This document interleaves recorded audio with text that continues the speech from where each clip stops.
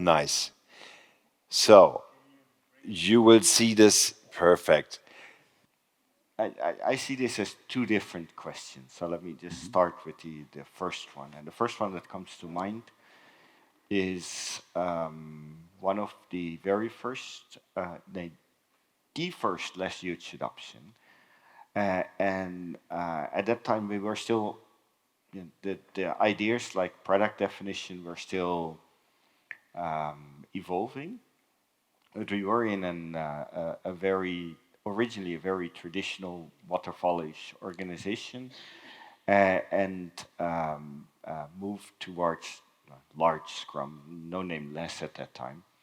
But one of the effects of that was that we didn't needed any of the project managers. The organization traditionally had, I don't know, tens of project managers, and we didn't need them anymore. But what we considered our product was a platform, and there was an application that was built on top of that. So all the project managers became redundant. So they had to find a new place to work. And the application was the part that almost all of them went to. And that went on for 3 years, I think 3 years or so, until we didn't have any project managers anymore. But we had been trying to expand the product definition also for 3 years. And after 3 years, we succeeded and expanded the product definition to include the application. And we got them all back. Then the management said, you guys have been really excellent. We want to keep your ways of working within the new, larger product definition. And then they took the management of the application side and said, you're now going to be the managers of the whole product, and you're supposed to be doing what the other ones have been doing. And I guess all of you can figure out how well that went. I'm curious, can we reverse the health metrics that you presented earlier on this? So how many backlogs? Let's not go there. That's okay. And it gave Craig enough time to think about his answer. I have to give an answer too? Yes, please. Yes. I'm not going to, but the reason is that all of the departures that come to my mind boil down to what's called Larman's laws, and you probably don't know about Larman's laws. And we're all familiar with those, and those are just the usual sort of management dysfunctions. So they're not like especially amusing or interesting. You guys all know the variations of those stories. So none of them are inspiring. In other words, but funny. The yeah, audience they're not wants even funny. They're just funny. sad. Sad. Okay. Yeah. I mean, sometimes I wonder, like this, what happens with teams that come up with this kind of the requirement hierarchy, right? You talked about epics, so it's like maybe how many like different steps that were invented. Like it's like stories like this. No. As many know, we did try to do requirements areas in areas of areas, and it just was not a good idea. So don't do that. Okay, let's take another one. All right, answered. Was it answered? Yeah. Okay. It's not. We need to ask the audience. The rule hard. How are you dealing with the drift of the Scrum guide from less? That's one for Bus. Oh, thank you.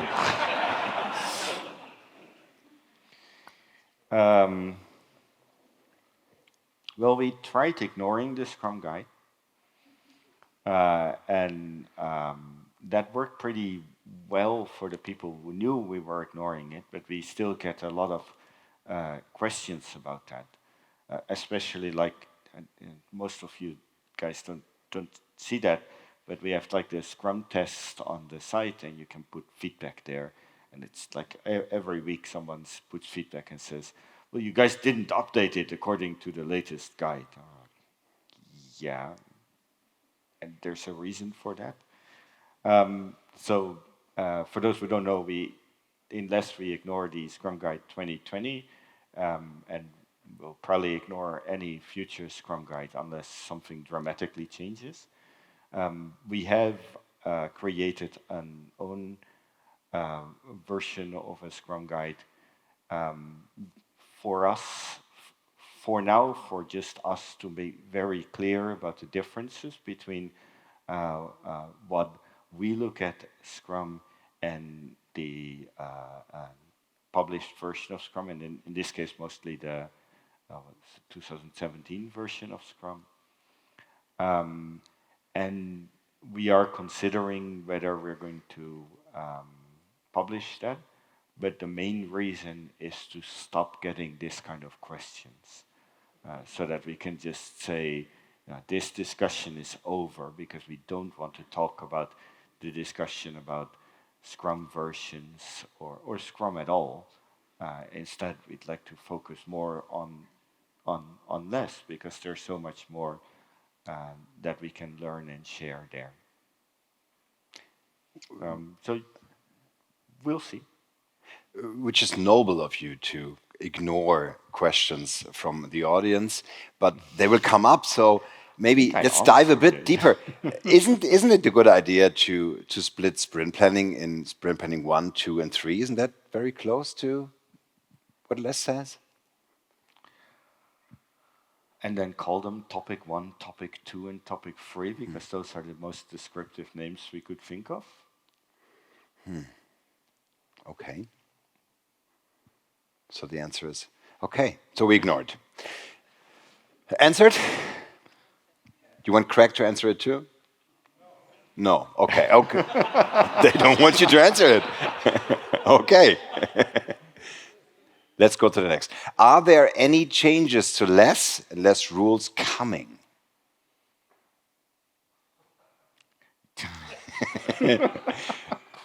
But Bus and I talk about this regularly, but Bus has had a little bit more mental energy and focus on the details of it, so he's a better one to delegate to.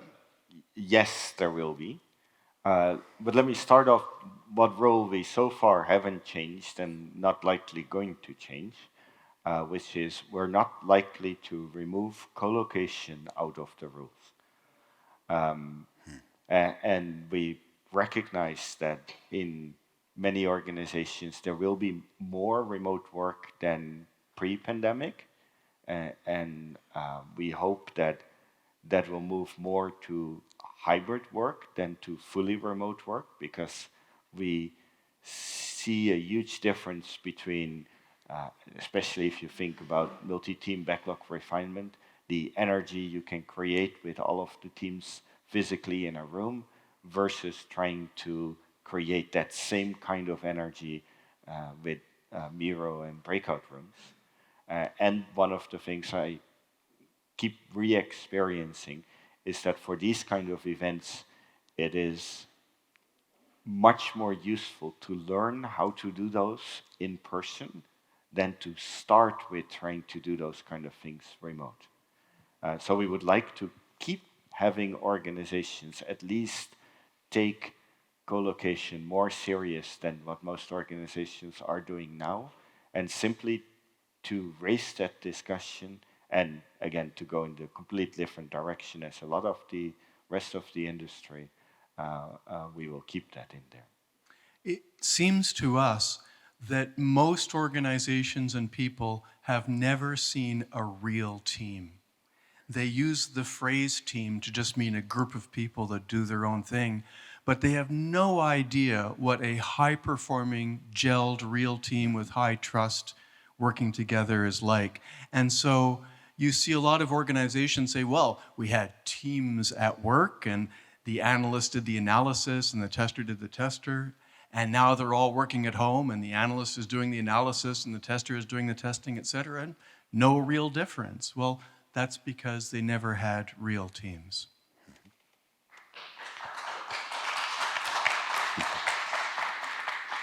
But then to give the actual answer to the question, yes, there will Thank you. be rule changes coming up. In practice, I guess they're not a surprise to anyone practicing, but they're just a shift of emphasis. And it relates to also the recent update of some of the images of the different less events. And that is we'll be looking at the rules more to stress the multi-team collaboration more. So at times we'll look at whether we should just remove the or representatives parts, or trying to, every time when it suggests you can do something not with the whole team or with all of the teams together. Like for example in sprint planning 2 it says something that you can do it in a multi-team way if particular situation, and that will change to the default way of working will be in a multi-team way. So more emphasis on the multi-teamness than the individual teamness. I have the feeling that's building something up in my head, my weird head, referring to what you were talking about, all of the changes AI is bringing, and to the gladiators out there. No, I shouldn't say that. Maybe it's not good. No, no.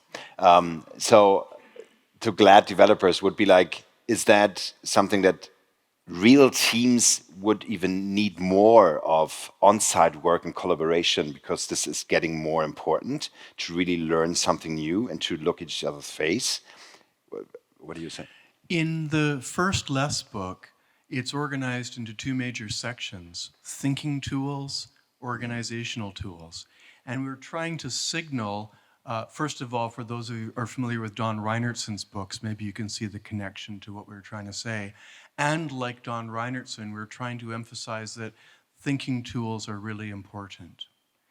One of the chapters in there is called false dichotomies.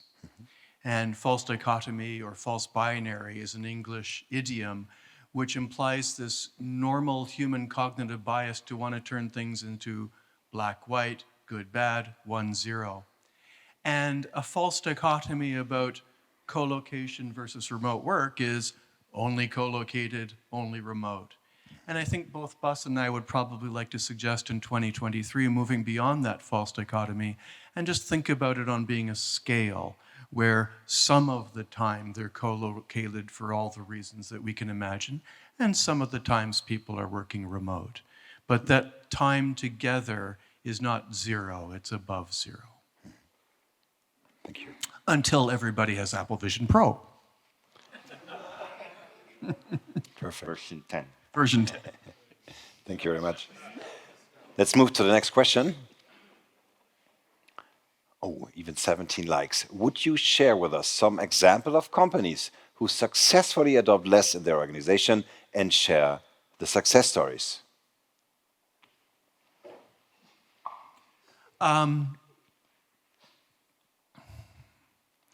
My most recent client with respect to this is a US company called United Healthcare. And they're a large, heck, I think they're like a Fortune 10 or Fortune 20 company, one of the largest companies in the world. And recently, a subgroup within the company of 400 people have made a less huge adoption.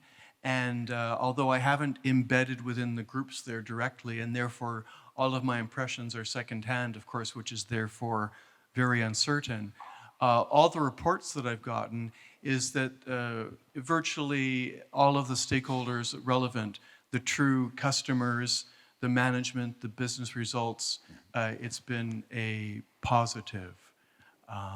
And I'm going to take that further and make I think, a relevant point. And now they have a new CIO who says, well, why don't we just outsource everything to Yemen and then close down all of these groups?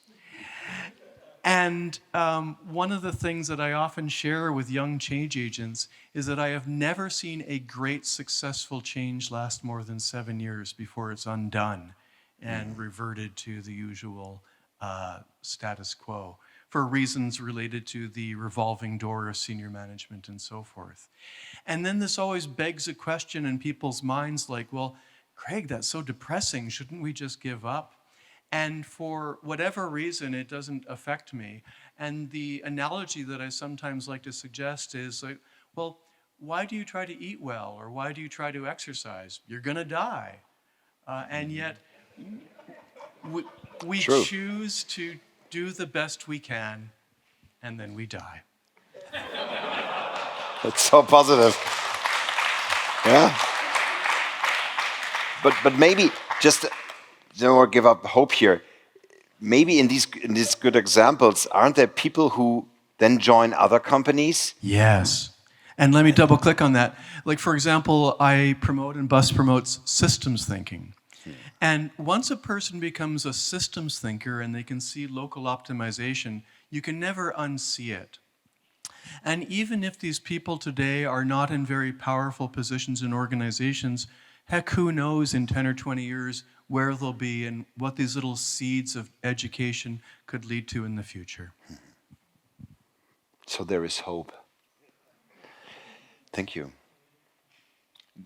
You want to answer that question too? Except that there's more new people entering our industry than that we are changing their minds. Which leads to? No hope. Okay. Damn, I thought we... That's why there's two of us. Vodka in there? Okay, next question.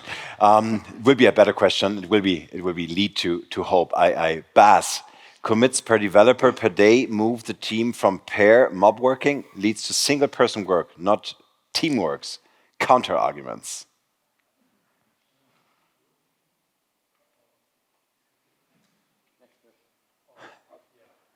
Maybe. It's just that, but it's, I guess this behavior might happen if you start setting targets on it, and setting targets on any of these health metrics is kind of silly anyway. It's just that in most products that I've worked in, it's the amount of commits per developer per day, even today, is still less than one per day, and that's just sad. Yeah.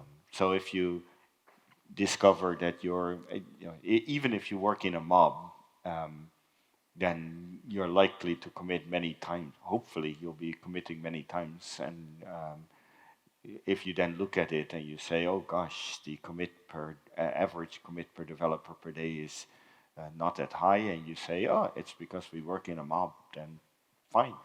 I mean, they're health metrics; they should be indications for you, not targets for you. It's just that most products it would be 0.2 or so, and that's too low. There's some management maxim decades old from a person, and I can't remember the exact quote, but essentially it says that any measurement introduced into an organization will be used in dysfunctional ways, guaranteed. And that's one reason why BUS and I have been very hesitant to ever be concrete about the introduction of metrics. And you can bet that these metrics that BUS has introduced will be used in places in dysfunctional ways. And I think that all that we can do then is try to anticipate countermeasures, and also, to BUS's point, try to make sure these are never attached to targets or goals or incentives, which will just add fuel to the fire of it becoming a dysfunction. Can they be used for just learning and improvement in a way that people want to instead of have to? But on the other hand, if you're a developer somewhere, you should get your bonus tied to the amount of commits you make, because it's super easy to automate. All right. Thank you. Had a question, but let's move on. Have you considered changes to the less brand to appeal more to business C-level execs?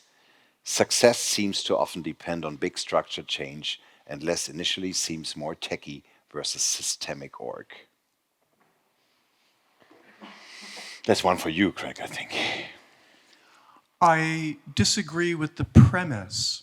If you read the books or look at the website, and if you were to ask the question, what is the percentage of material that's on technical subjects, what would it be, 5% maybe? Too little.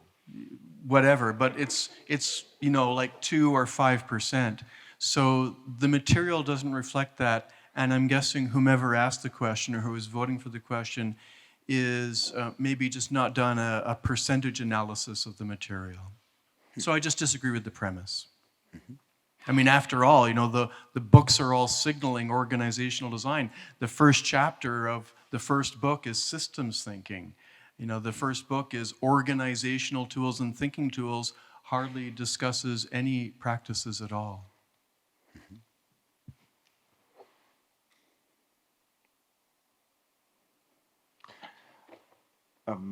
Whomever made this question, I'd be curious what kind of changes they would suggest. Let me guess something. What about selling more? More success? Maybe we should call it more. Who is the author? Want to comment? Hold on. Yes, you do.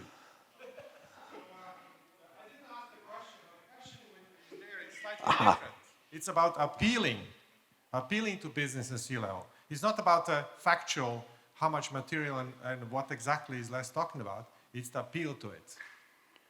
Understand? So it's a different question. And right now, I very much agree actually with the framing of the question, is that if you go to the LESS website, as we talked about also on the first day, it doesn't appeal to business and C-level. And whether it's a right to appeal or not appeal, the problem is it doesn't. Okay.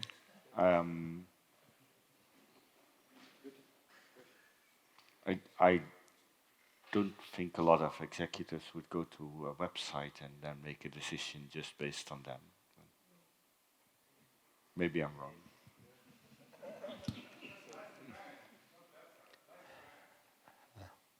Okay. I don't know what to say. I mean,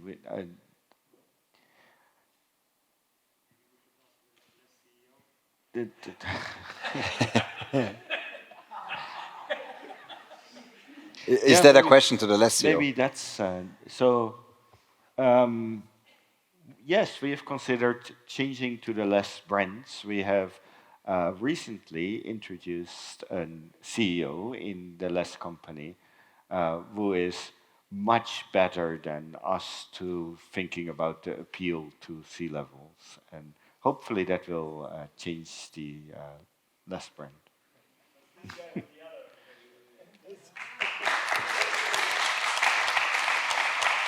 And both of me and Craig have pointed out that red shirts is not a good idea for organizers. Study your Star Trek. All right, let's go to the next one. What specific actions do you plan to do to make less more known and popular? Oh, I have a short answer. I was recently at Telenor DNA, which is a Telenor subcompany in Finland, in Helsinki, spending several days with the CEO, head of HR, etc. Discovered by accident that the head of HR is also very much involved in the EU HR annual conference. And they have a contact to the Global HR World Conference. I don't know the name in details of what it is. And so I'm going to, next year, be following that thread. And then I hope to speak at some of these large HR conferences, for example, AI and organizational design, in order to open the door and the ideas from that perspective. So that's on my list. Thank you.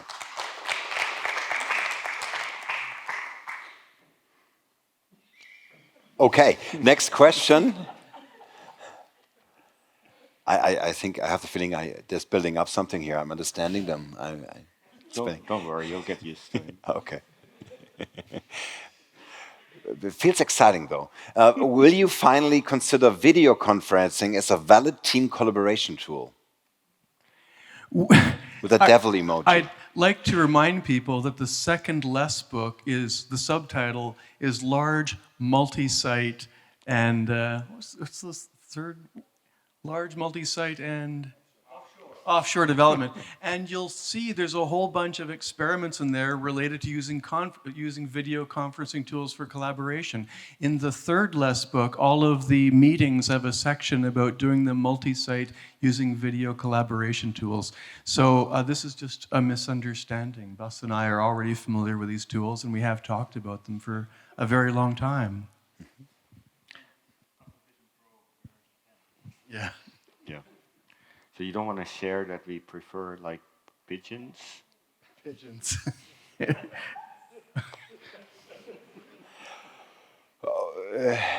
Shall we answer that question? Are there any less adoptions you are aware of that follow all rules at the moment?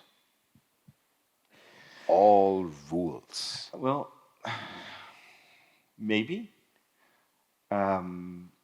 I've never looked at a less adoption on whether they follow all rules or not follow all rules. So the rules are something you work towards, and you need to understand why they're there. And I don't know. It's just I've never looked at less adoptions from that perspective. So I guess I don't know. My interest, and I think Bus's interest, is separating means from ends, is really great successful product development that delights the customer and helps the company be sustainable and the employees happy. And for me, less is a means to that ends. And so I'm more interested in that outcome, and probably Bus is as well. I don't know why, but my funny brain came up with this image of apple crumble. It looks shitty, but it is tasty. So I don't think I'll explore that. Oh, okay. Whatever. The rules look shitty? It's like it tastes good. So you add it as an ingredient. Okay, let's move on. Let's move on. Yes. What are future plans in growing for less company? Okay. We have already for years much more ideas than that we have been able to do with the few people we worked with. And some of those we hoped to do earlier, but the pandemic and especially the decision to avoid a lot of online training just kind of threw the whole less adoption, less company back a couple of years, which was super annoying. So as I mentioned earlier, I'm super happy to work with Bastian. You want to stand up, Steven, so that everyone already knows, I think? He did that already. Done it once already, okay. One more time. So Bastian, I've known Bastian for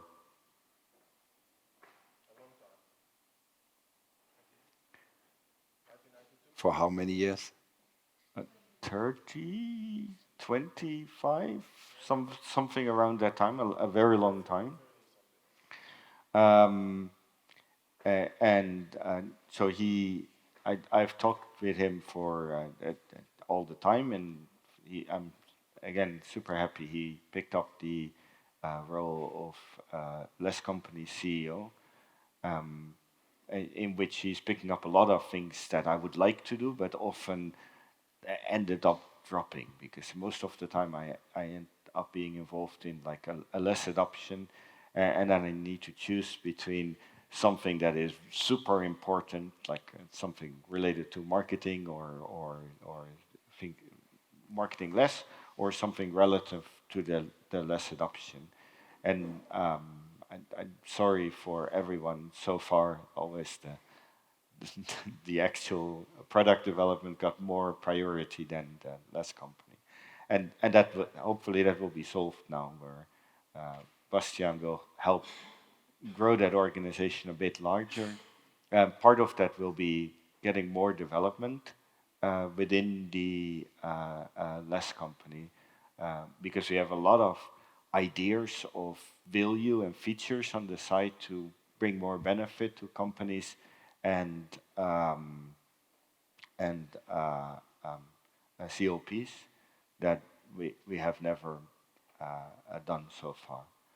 To give an example of that, one of the things that hopefully one day we'll do is we want to actually record sections of different trainings, and then after you have gone through mostly a CLP training, then we want to have for you available similar topics, but just explained by a different person, as kind of renewals for that, so that you can every now and then say, okay, well, I kind of liked what Cesario had to say about definition of done, but I'm wondering what Mark will say, or how he explains that, because it will always be a little bit different.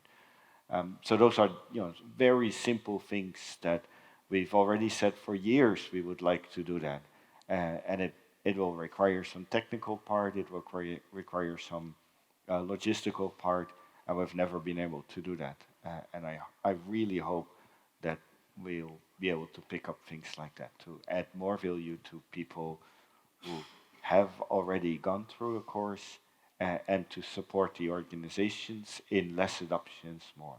And then let me stress that it is a discussion I've had a lot with Bastian this year.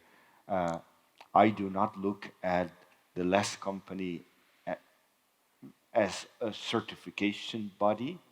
So the goal is not to sell more courses, but as a supporting organization for less adoptions. Right? The goal is to have more successful less adoptions, more successful product development, than more people through training. And we think training is only a part of that, but that should not be the main focus of the company. That's enough. Thank you. Time for one more. Let's jump to the next. If all work is remote, how should less look like? Keep trying. Nagging in. Apple Vision Pro 10. So it's the false dichotomy question again. I think so too. We really talked about this. Next one. What are criteria to start having separate areas and use less huge? I have an opinion on this. A common answer, and I would suggest a inconsistent answer, is focus, not desirable. Although because of our human cognitive biases, we all like focus, and it's easy to sell ideas based upon, oh, have focus. But consider, for example, a smaller, less framework adoption with 8 teams and 1 product owner. There's no desire for focus. What you hope instead is that all 8 teams can flexibly, adaptively work across the backlog, whatever it is. And that's consistent with adaptively changing to work on the highest value, which is different than focus. And so a natural cognitive bias would be to say, let's make one requirement area with really good focus and a second one with really good focus. No. Well, on the one hand, some kind of focus is desirable. For example, I would rather have a larger requirement area that did stock trading and bond trading with 8 or 10 teams. In other words, less focus, more heterogeneity, but more consistent with adaptiveness and high value than a smaller focused requirement area with just 3 teams only doing bond trading. Because then there's a greater probability you're going to have people working on something of lower value with less ability to adapt into a different area where they could get more benefit. Yeah, let me add one thing that doesn't directly